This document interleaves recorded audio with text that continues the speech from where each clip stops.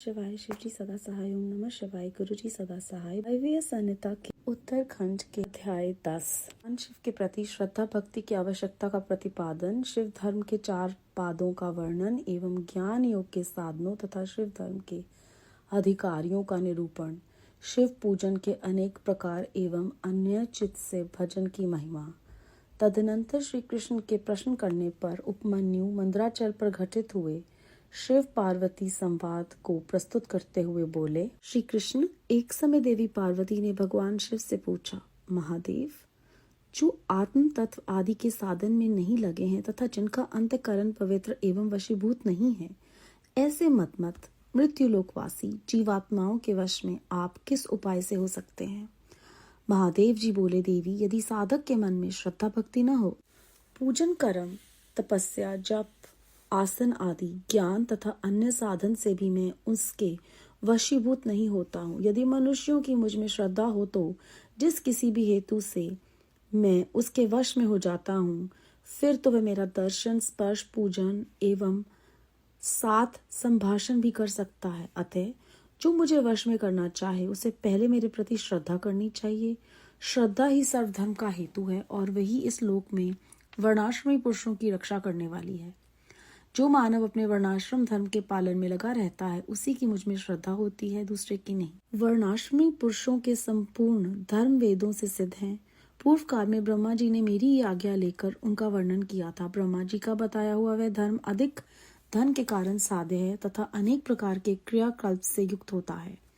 उससे मिलने वाला अधिकांश फल अक्षय नहीं है तथा उस धन के अनुष्ठान में अनेक प्रकार के कलेश और आयास उठाने पड़ते हैं।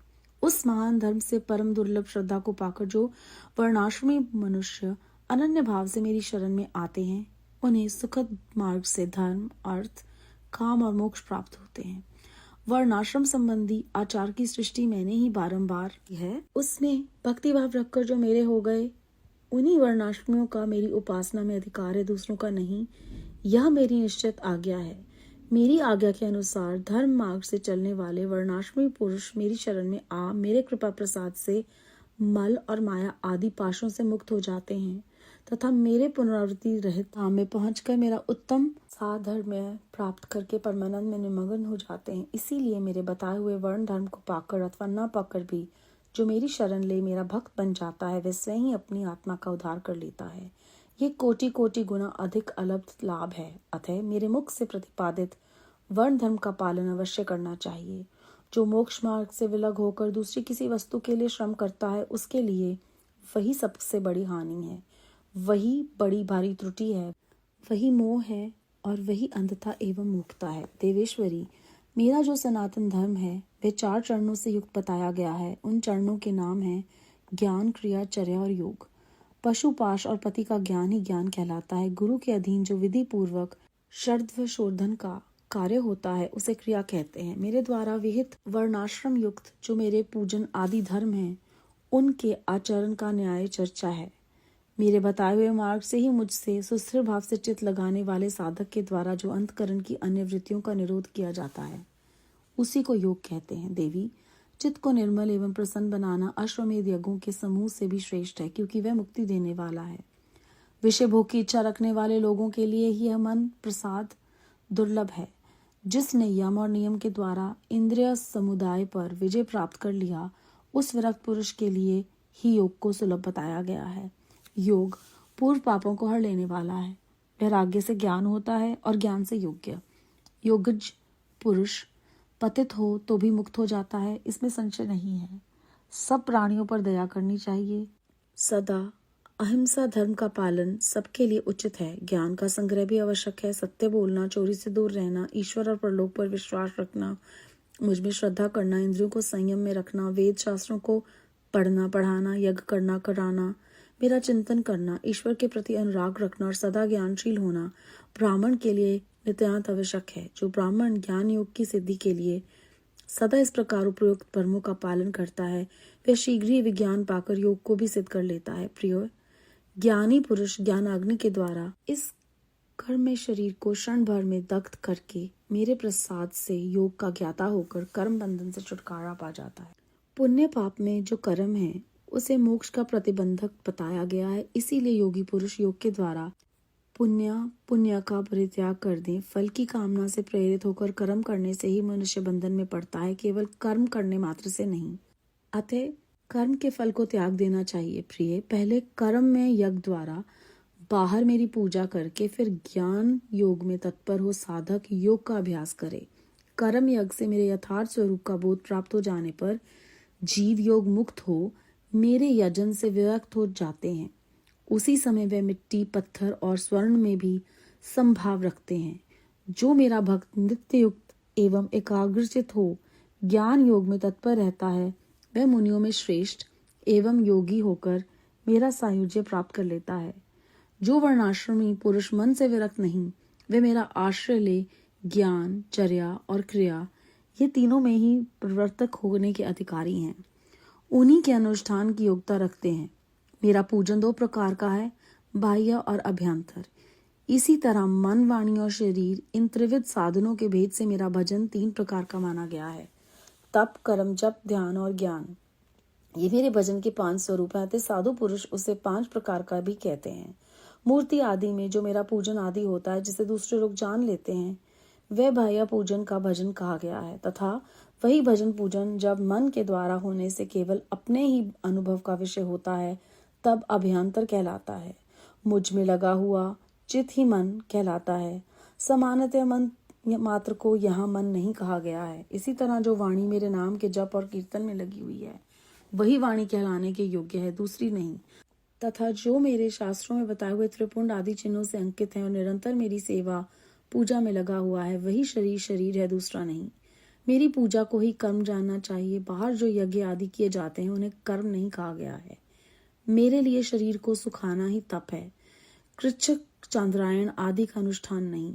पंचाक्षर मंत्र की आवृत्ति, प्रणव का अभ्यास तथा रुद्रध्याय आदि का बारंबार पाठ ही यहाँ जप कहा गया है, वेदाध्ययन आदि नहीं। मेरे स्वरूप का चिंतन स्मरण ही ध्यान है, आत्मा आदि के लिए की हुई समाधि नहीं।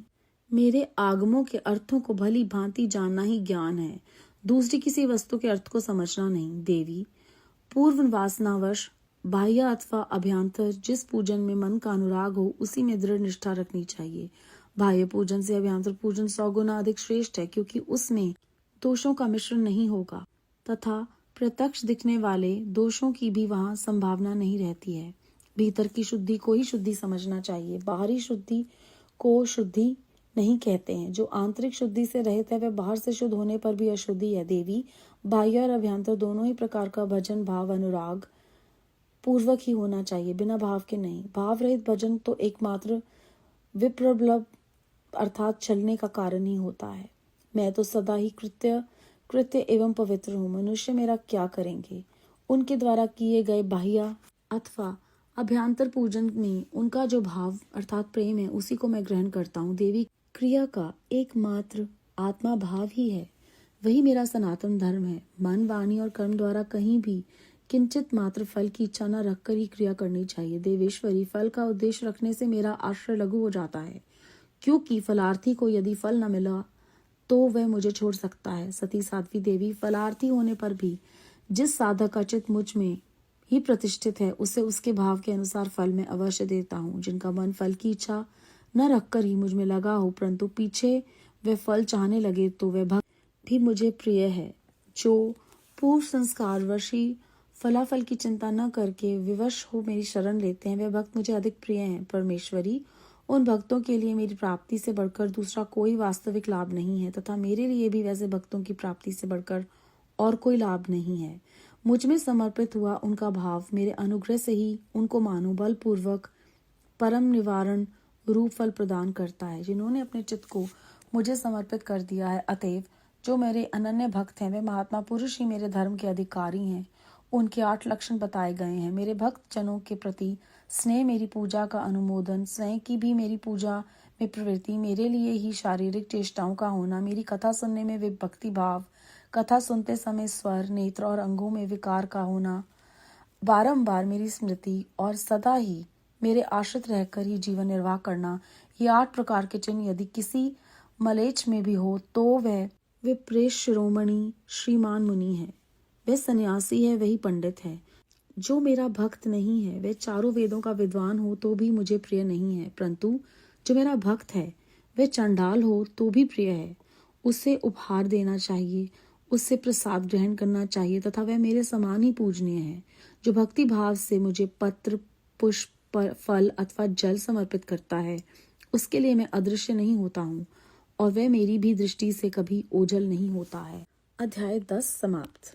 इस अध्याय के आरंभ में उपमन्यु जी श्री कृष्ण को शिवजी भगवान और पार्वती देवी के संवाद को प्रस्तुत करते हुए बताते हैं कि देवी उनसे प्रश्न करती हैं कि जो आत्म तत्व के साधन नहीं अर्जित करते, जिनका अंतकरण पवित्र नहीं है, तो ऐसे लोग जो हैं वो किस प्रकार आपका अनुग्रह पा सकते हैं या वो जीवात्माओं के वश आप किस उपाय से हो सकते हैं। तो महादेव जी ने उन्हें जो जवाब दिया वो उपमन्यु जी श्री कृष्ण को बताते हैं। कहते हैं कि अगर कोई श्रद्धा भक्ति के बिना ही पूजन, कर्म, तपस्या, जप आदि करे तो मैं उसके वशीभूत नहीं होता। इसके विपरीत अगर किसी के मन में मेरे लिए श्रद्धा है और वो किसी भी तरह से मुझे याद करता है तो मैं उसे दर्शन भी देता हूँ, स्पर्श, पूजन और मेरा संभाषण भी प्राप्त कर सकता है।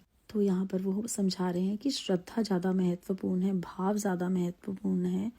और वो कहते हैं कि वर्णाश्रमी पुरुषों की रक्षा भी यही श्रद्धा करती है और जो भी धर्म की पालन में लगा हुआ है उसी में श्रद्धा होती है। इसका वर्णन ब्रह्मा जी ने भी किया था शिव जी की आज्ञा पाकर, और उन्होंने बताया था कि धर्म अधिक धन के द्वारा साध्य होता है और अनेक प्रकार के क्रियाकलाप से युक्त होता है। और उन्होंने बताया कि जब अधिकांश जो है वो धन अर्जित हो जाता है तो वो कलेश और रुकावटें लेकर आता है। तो जब धर्म से परम दुर्लभ श्रद्धा को पा लेते हैं तब उन्हें अर्थ, काम और मोक्ष भी मिल जाता है और भगवान की कृपा से वो हर तरह के मल, माया से मुक्त हो जाते हैं। तो धन अर्जित करने की भी जो इच्छा है वो भी खत्म हो जाती है। के बाद वो बताते हैं कि जो मेरे बताए हुए वर्ण धर्म को पाकर या बिना उससे जानकर भी मेरी शरण में आ जाता है वो मेरा भक्त बन जाता है। जो मनुष्य वस्तुओं के पीछे भागते हैं वो बहुत बड़ी गलती करते हैं, इसमें बहुत बड़ी हानि है, यही अंधता और मूर्खता है। और वो बताते हैं कि सनातन धर्म जो है इसके 4 चरण हैं, उनके नाम है ज्ञान, क्रिया, चर्या और योग। पशु, पाश और पति का ज्ञान जो है वो ज्ञान कहलाता है और गुरु के अधीन जो विधि पूर्वक शर्त शोधन का कार्य होता है उसे क्रिया कहते हैं। जो वर्ण आश्रम युक्त पूजन है महादेव जी का, उनके आचरण का नाम चर्या है और महेश्वर जी के बताए हुए मार्ग से ही जो उनमें सुस्थिर भाव से चित्त लगाते हैं उसी को योग कहते हैं।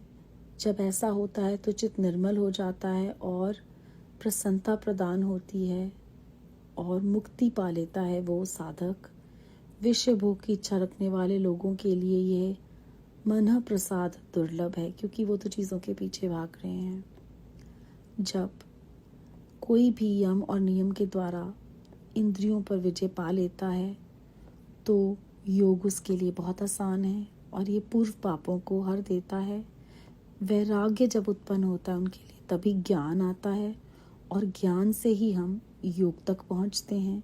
तो जो योग्य पुरुष हैं वो मुक्त हो जाते हैं क्योंकि उनके मन में कोई भी इच्छा नहीं रहती और वो अपनी इंद्रियों पर काबू पाकर केवल उसी परमात्मा का चिंतन करते हैं। ज्ञान का संग्रह आवश्यक है।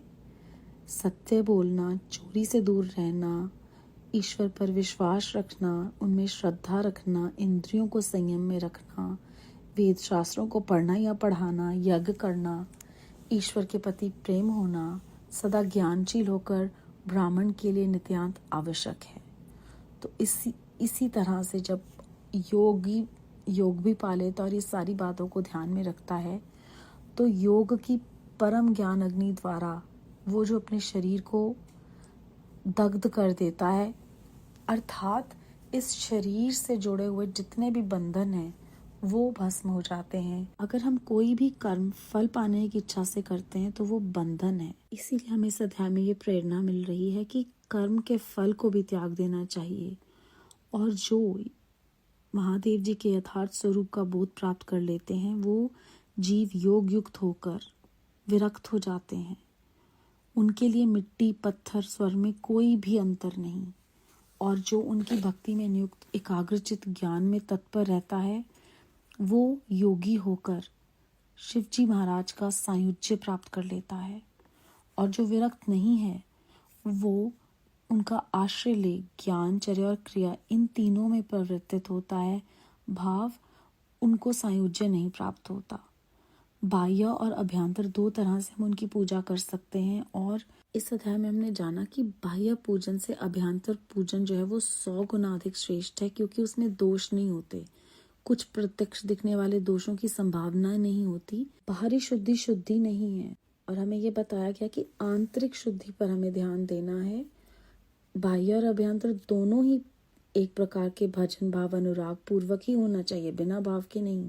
अगर हम कुछ भी करते हैं जो भाव के बिना है, तो वो छलने के बराबर है। और परमात्मा हमें यहाँ समझा रहे हैं कि अगर मनुष्य ये सोचते हैं कि वो मेरे लिए कुछ कर रहे हैं, तो ऐसा तो कुछ कर ही नहीं सकते, क्योंकि मैं तो कृत्य और पवित्र हूँ। और उनके द्वारा किए हुए बाह्य या अभ्यंतर पूजा में अगर प्रेम है, मैं तभी उसे स्वीकार करता हूँ। मन, वाणी और शरीर ये 3 साधन हैं जिनसे परमात्मा का भजन होता है। तप, कर्म, जप, ध्यान और ज्ञान, ये 5 भजन के स्वरूप हैं। जो साधु पुरुष हैं उसे 5 प्रकार का भी कहते हैं। मूर्ति आदि में जो शिवजी महाराज का पूजन होता है, जिसे दूसरे लोग जान लेते हैं, वह बाह्य पूजन कहा गया है। और जो मन के द्वारा होता है उसे अभ्यंतर कहते हैं। और जो भी चित्त उनमें लगा हुआ है उसे मन कहा गया है। मन मात्र को यहाँ मन नहीं कहा गया। इसी तरह जो वाणी मेरे जप में लगी हुई है वही वाणी है, दूसरी नहीं। जो भी लोग शास्त्रों में बताए हुए त्रिपुंड आदि चिन्हों से अंकित हैं, वो निरंतर मेरी सेवा पूजा में लगे हुए हैं, वही शरीर हैं, दूसरे नहीं। परमात्मा की पूजा को ही कर्म जानना चाहिए। बाहर जो यज्ञ आदि किए जाते हैं उन्हें कर्म नहीं कहा जाता। और उनके लिए शरीर को सुखाना ही तप है और कुछ नहीं। पंचाक्षर मंत्र की आवृत्ति, प्रणव का अभ्यास, रुद्राध्याय आदि का बारंबार पाठ ही यहाँ जप कहा गया है, वेदाध्ययन आदि नहीं। उन्हीं के स्वरूप में चिंतन और स्मरण को ही ध्यान कहा गया है। ऐसे ही बैठे रहना और समाधिस्थ हो जाना वो ध्यान नहीं है। उनके बारे में ही जानना ज्ञान है। दूसरी वस्तुओं के अर्थ को समझना ज्ञान नहीं है। और वो बताते हैं, वो भक्त मुझे बहुत प्रिय है जो फल की इच्छा न रखकर उन्हीं में ध्यान लगाकर रखता है, और जो पूर्व संस्कार वशी फलाफल की चिंता न करके विवश हो उनकी शरण लेते हैं। और उन भक्तों के लिए मेरी प्राप्ति से बढ़कर दूसरा कोई वास्तविक लाभ नहीं है, और मेरे लिए भी वैसे भक्तों की प्राप्ति से बढ़कर कोई लाभ नहीं। कितनी बड़ी बात परमात्मा कहते हैं कि जिस तरह से हम उनको ढूंढते हैं वो भी हमारा इंतज़ार करते हैं। और वो कहते हैं कि जो उनमें समर्पित हुआ उनका भाव है, उसी पर मैं अनुग्रह करता हूँ और उन्हें बलपूर्वक परम निवारण रूप फल प्रदान करता हूँ। और जो अपने चित्त को मुझ में समर्पित कर देता है वो मेरे धर्म का अधिकारी हो जाता है। ऐसे लोग जो हैं वो मेरे प्रति स्नेह, मेरी पूजा, अनुमोदन, स्वयं की भी और मेरे पूजन में भी प्रवृत्ति। और फिर शिव जी कहते हैं कि मेरी ही शारीरिक चेष्टाओं का होना है उनके हृदय में। मेरी कथा सुनने में भक्ति भाव होता है। कथा सुनते हैं उस समय स्वर, नेत्र और अंगों में विकार का होना, बारंबार मेरी स्मृति और सदा मेरे आश्रित रहकर ही जीवन निर्वाह करना। अगर किसी में भी ये 8 चिन्ह हैं और अगर ये मलेच्छ में भी हैं तो वो भी विप्रव शिरोमणि श्रीमान मुनि है। वो भक्त नहीं है जिसने ज्ञान अर्जित कर लिया है। मेरा भक्त वो है जो चंडाल भी है परंतु मुझे प्रेम करता है, और वो मेरे ही समान पूजनीय है। जो भक्ति से पत्र, पुष्प अथवा जल समर्पित करता है उनके लिए मैं अदृश्य नहीं हूँ, और वो भी हमेशा मेरी दृष्टि के आगे ही रहता है। बेअंत शुक्राना गुरु जी महाराज, बेअंत शुक्राना। ओम नमः शिवाय। शिव जी सदा सहाय। ओम नमः शिवाय। गुरु जी सदा सहाय।